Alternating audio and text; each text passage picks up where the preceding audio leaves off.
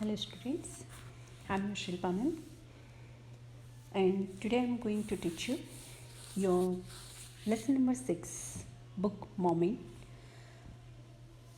Weathering the Storm in Arsama। इसका मतलब last time हमने आपको बताया था पार्ट 1 मैंने कंप्लीट किया है, तो उसमें मैंने आपको बताया था इसका मीनिंग कि weathering the storm in Ersama. Storm माना कि साइक्लोन एंड वेदरिंग माना to face the cyclone in Ersama. Ersama जो है वो कोस्टल एरिया जो है वहाँ पर अरसमा जो है वो कोस्टल एरिया है। तो कोस्टल एरिया में जो पहले उड़ीसा था और अब का उड़ीसा, तो वहाँ पर अरसामा आया है। अरसामा एक स्टेट है और उसमें एक जगतपुरा करके डिस्ट्रिक्ट है और डिस्ट्रिक्ट का हेड क्वार्टर जो है वो है अरसामा। ठीक है, लास्ट टाइम वो मैंने आपको क्लियर कर दिया था। तो वहाँ तक तो उसमें एक लड़का है प्रशांत करके, तो उसकी माँ की डेथ के बाद 6 महीने के बाद वो अपने मित्र के यहाँ जाता है रहने के लिए। पर शाम को अचानक ऐसे काले घने बादल और साइक्लोन आता है और फिर बहुत बहुत हाई वेव्स आते हैं, मौजे बहुत बड़े बड़े, और इसके फ्रेंड के घर में भी पानी भर जाता है। तो उनको मजबूरन वहाँ टेरेस पर शिफ्ट होना पड़ता है। अब टेरेस पर भी क्या है कि बहुत तेज़ हवा आ रही है, उसकी वजह से बड़े बड़े पेड़ जो है वो अपरूट होते हैं। तो जो पेड़ अपरूट होते हैं वो उनके टेरेस पर गिरते हैं और वहाँ की जो दीवार वगैरह है उसको भी नुकसान पहुँचाता है। पर इस दुख में भी एक ब्लेसिंग वाली बात ये हुई कि 2 कोकोनट के ट्री उनके टेरेस पर गिर कर आए और कोकोनट के ट्री के ऊपर जो टेंडर कोकोनट लगा था उसमें से वो लोग पानी पी के कुछ गुजारा कर सकते थे। धीरे धीरे करके दूसरी मॉर्निंग में जब पानी रिड्यूस हो गया, अभी प्रशांत वो कल वाली रात को, वो दुख को, वो सदमे को, वो शॉक को भूला तो नहीं था, पर फिर भी वो प्रयत्न कर रहा था कि मुझे अब I have to see that my family is survived और नॉट। ठीक है, तो मुझे अपने घर जाना है, अपने गांव जाना है। उसके फ्रेंड की फैमिली ने मना किया कि अभी थोड़ा ठंडा हो जाए उसके बाद निकलो, अभी तो पानी ज़्यादा है। पर उसने माना नहीं और वो निकल गया। तो रास्ते में उसे अपने अंकल के 2 मित्र मिलते हैं, उनके साथ साथ वो जाते हैं। बहुत सारे कैरकासिस उसके सामने आते हैं। फिर जो मनुष्य की डेड बॉडी है, वीमेन है, चिल्ड्रन है, मैन है, उन सब की, तो उन सबको पुश करते करते वो आगे निकलते हैं। वहाँ जाते ही, उसके गांव में जाते ही जब फाइनली वो अपने गांव में पहुँच जाता है, तो गांव में जाते ही उसको ऐसे उसने देखा कि जहाँ पर एक बार उनका पक्का मकान होता था वहाँ पर सिर्फ स्ट्रक्चर्ड वॉल है और कुछ नहीं है। तो फिर उसने उम्मीद ही छोड़ दी थी कि मैं अपने फैमिली को मिल पाऊँगा। पर फिर भी किसी ने कहा कि यहाँ पर एक रेड क्रॉस सोसाइटी है, NGO, हाँ वही रेड क्रॉस सोसाइटी। तो वहाँ पर बहुत सारे लोगों को शेल्टर मिला है, आप वहाँ जाओ और देख लो आपकी फैमिली वहाँ है या नहीं। तो सबसे पहले जब वो रेड क्रॉस सोसाइटी के शेल्टर में जाता है तो सबसे पहले उसको उसकी नानी मिलती है। अब जो नानी है, हाँ, तो अब जो नानी है वो बहुत इनको देख के बहुत खुश हो जाती है, उसकी आंखों में से आंसू आते हैं और बहुत लंबे समय के बाद जैसे प्रशांत उसको मिल गया, उसका बेटा गुम हो गया था या फिर उन्होंने उम्मीद छोड़ दी थी प्रशांत की, तो वो वापस आ गया, ऐसे उनको टाइट हग करता है। तो वहाँ पर उनको दादी के साथ बहुत सारे लोग मिल जाते हैं जो ऐसे वहाँ पर जो चिंता से सदमे में थे, ऐसे लोग मिल जाते हैं। इंजर्ड ग्रुप जो है, घायल लोगों को, वो वहाँ मिल जाते हैं। उसके ब्रदर, सिस्टर, अंकल, आंट सब वहाँ पर थे और सब मिल जाते हैं। तो सबको टाइट हक देता है और फिर आगे निकलता है। ठीक है, तो अब आगे हम देखते हैं कि क्या करना है या फिर प्रशांत क्या करता है।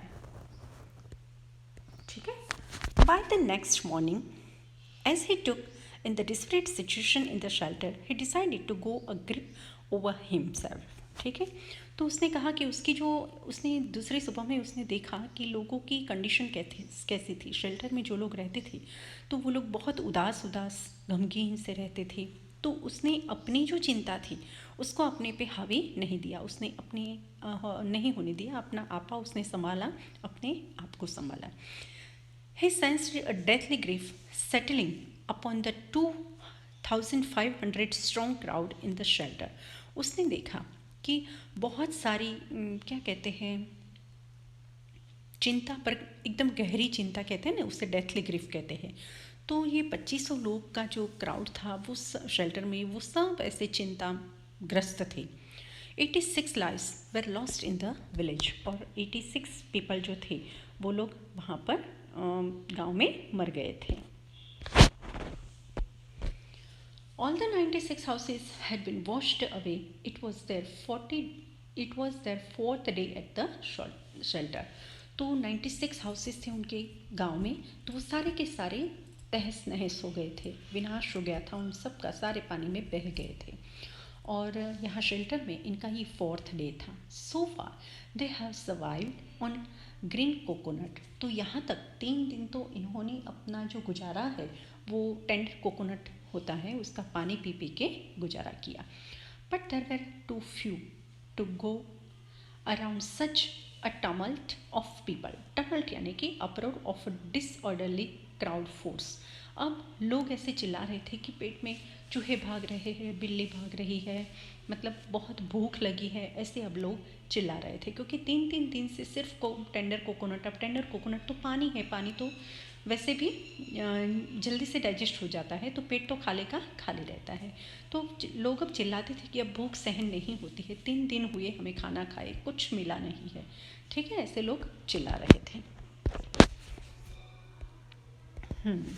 अब आगे देखते हैं कि Prashant all of 19 years decided to step in as leader of his village. ठीक है, तो 19 ईयर का जो प्रशांत था उसने ऐसे डिसाइड किया, प्रशांत ने ऐसे डिसाइड किया कि वो जो है प्रशांत जो है वो अब 19 ईयर का, तो उसने ऐसे डिसाइड किया कि गांव में अगर कोई आगे नहीं आता है तो कोई बात नहीं, मैं गांव की जो लीडरशिप है वो मैं संभालूंगा और मैं सबको खाना भी दिलाऊंगा। If no one else did, अगर ऐसा कोई नहीं करता है तो कोई बात नहीं, मैं लीडर बनूंगा। He organized a group of youth and elders to jointly pressure the merchant once again to part with his rice. ठीक है, उन्होंने ऐसे युवा ग्रुप बनाया कि, और बड़ों का ऐसे ग्रुप बनाया, और फिर जो मर्चेंट था, ग्रोसरी मर्चेंट जिसके पास राइस थे, तो उसको प्रेशर किया, उस पर दबाव डाला कि तुम्हारे पास जितने भी राइस है ये भूखे लोग जो हैं उनको खाने के लिए दे दो। वैसे भी अब पानी हर जगह घर में बह गया था, तो उनका कोई रिलेटिव्स तो था नहीं जो उनकी ग्रोसरी स्टोर में नहीं भर जाता पानी, वहाँ भी पानी भर गया था और राइस खराब भी हो गए थे। This time the delegation succeeded. Delegation माना कि वो जो ग्रुप था ना वो, ठीक है, जुलूस, तो वो सक्सेड हुआ एंड रिटेन ट्रिम्फर्टली यानी कि विक्ट्री बन के, ठीक है, wedding through the residing waters. तो और जो कम पानी हो गया था थोड़ा, उसमें से पूरे शेल्टर में जितने भी लोग थे उन सब के लिए खाना लेके वो लोग आ गए। No one cared that the rice was already rotting. किसी को ये परवाह नहीं थी कि जो चावल थे वो ऑलरेडी खराब ही हो चुके थे। Branches from fallen trees were gather to light a reluctant and slow fire on which to cook the rice. ठीक है, तो जो गीली जो पेड़ अपरूटेड हो गए थे उनकी जो टालियाँ थी वहाँ से तोड़ के वो टालियाँ इकट्ठे की गई और फिर उसको जलाया। तो ऑब्वियसली वो गीली थी तो उसमें आग इतनी नहीं जलती थी और रुक के आग जलती थी, तो वहाँ पर उन्होंने चावल पकाए। जैसे सूखी लकड़ियाँ जलती है वैसे ये नहीं जलती। आप देख रहे हैं ना कि सारी जगह पानी ही पानी दिखता है आपको, ठीक है। For the first time in 4 days, the survivors as cyclone shelter were able to feel the bellies. ठीक है, 4 दिनों में पहली बार वहाँ के जो सर्वाइवर थे, सर्वाइवर माना जो उस कंडीशन से गुजर रहे थे वो, ठीक है, साइक्लोन तो चला गया पर साइक्लोन में जिनके हाउसेस वगैरह बह गए थे, जो बेघर हो गए थे वो सब, ठीक है, तो वो लोग जो थे उन्होंने पहली बार पेट भर के खाना खाया। His next task was to organize a team of youth volunteer to clean the shelter of fleet, urine, vomit, and floating carcasses, and to tend to the wounds and fractures of the many who had been injured. ठीक है. His next task यानी कि उनका अगला जो कार्य था वो ये था कि ऐसी टीम बनाए. वॉलंटियर माना स्वयं या युवा स्वयं सेवकों की ऐसी टीम बनाए जो शेल्टर में थूक है, यूरिन है, फिर किसी को वॉमिटिंग होती हो तो वो भी उन्होंने वहाँ की है, और फ्लोटिंग मतलब तैरते हुए जो पशुओं के डेड बॉडीज़ है वो सब उनको क्लीन करे. अब 2500 लोग एक ही शेल्टर में होंगे तो गंदगी तो वहाँ पर होगी ना, तो गंदगी की वजह से और कोई डिसीज़, कोई रोग चाड़ो फाटे ना निकले, उसके लिए इन्होंने ये सब किया था. And to tend to the wounds, और जो घायल लोग थे उनकी जो घाव थे उन पर मलहम पट्टा लगाने को, और जो जिनका फ्रैक्चर हुआ था उनको पाटापिंडी करने का, वो सब काम करने के लिए इन्होंने ऐसे ग्रुप बनाए जो घायल लोग थे उनको. On the 5th day, a military helicopter flew over the shelter and dropped some food parcels. 5वें दिन में मिलिट्री का एक हेलीकॉप्टर जो था वो शेल्टर के ऊपर आया और फूड पार्सल वहाँ पर ड्रॉप किए. It then did not return. उसके बाद आप देख सकते हैं ना कि देखो हेलीकॉप्टर में से फूड पार्सल गिर रहे हैं, पर उसके बाद वो कभी आया ही नहीं. The youth task force gathered empty utensils from the shelter. तो युवा जो थे उन्होंने एक नया कार्य ढूंढ लिया कि शेल्टर में जितने भी यूटेंसिल्स थे, खाली यूटेंसिल्स, उन सबको इकट्ठा किया. Then they deputed the children. Deputed मतलब सुला दिया, ठीक है. Deputed to lie in the sand, मट्टी पर बच्चों को सुला दिया.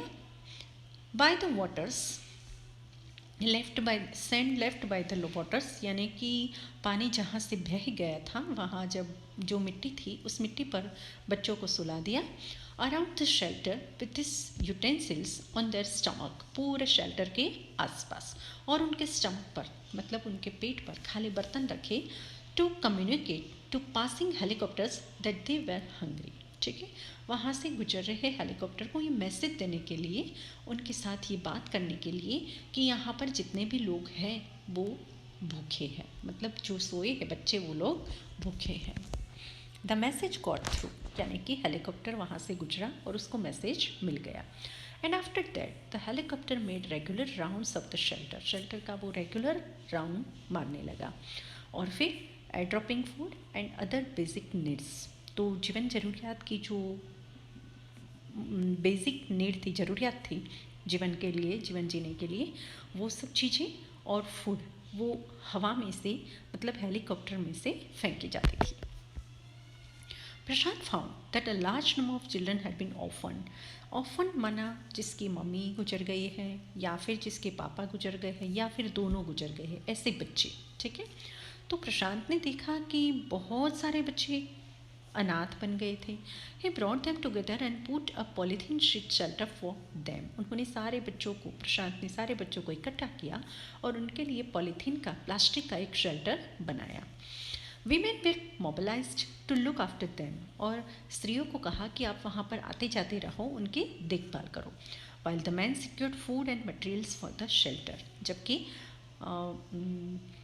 मैन थे, मैन मतलब इंसान, जेंट्स लोग, हाँ, जेंट्स को ये कहा कि आप उनके खाने की व्यवस्था करो और उनको जो चीज़ों की ज़रूरत है उन सारी चीज़ों को वहाँ पर आप प्रोवाइड करो. As the week passed Prashant was ठीक है, as the week passed Prashant was quick to recognise that, जैसे जैसे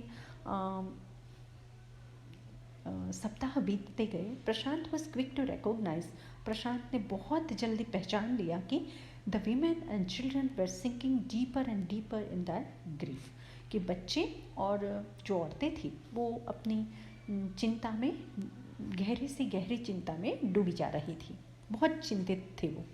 ही persuaded the women to start working in the food for work programme started by an NGO and for the children he organise sports event. तो उसने औरतों को ये कहा कि जो NGO संस्था द्वारा जो फूड का प्रोग्राम है, फूड फूड बनाने का जो काम देते हैं एनजीओ संस्था, वहाँ पर आप जाके फूड बनाओ तो आपको काम मिलेगा, आपका मन भी हल्का हो जाएगा। और बच्चों के लिए एक स्पोर्ट्स का, रमत गमत का आयोजन किया। He himself love to play cricket and so he organise cricket matches for children. Prashant खुद भी क्रिकेट में इंटरेस्टेड था, तो उसने क्या किया कि उसने क्या किया कि छोटे बच्चों के लिए क्रिकेट का आयोजन किया और वो खुद भी वहाँ पर क्रिकेट खेलने लगा। प्रशांत engaged with other volunteers in helping the widows and children to pick up the broken pieces of their lives.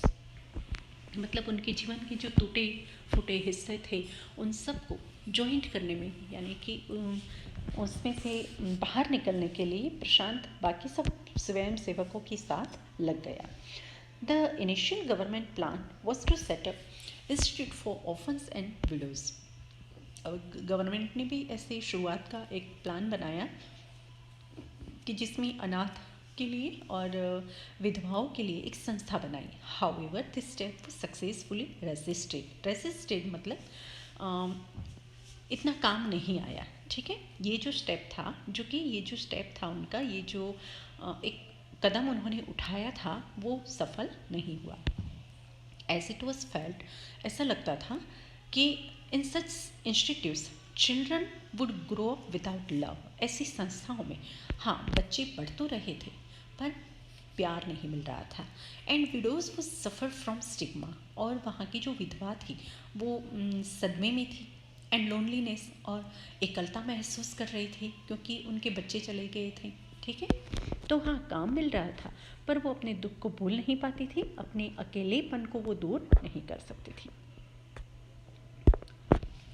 तो दोनों अपोज में थे। ठीक है, बच्चों को जो है वो प्यार चाहिए था और जो औरतें हैं उनको छोटे बच्चों की चहल पहल उनकी चाहिए थी। ठीक है, Prashant group believed orphans should be resettled in their own community itself, possibly in new foster families.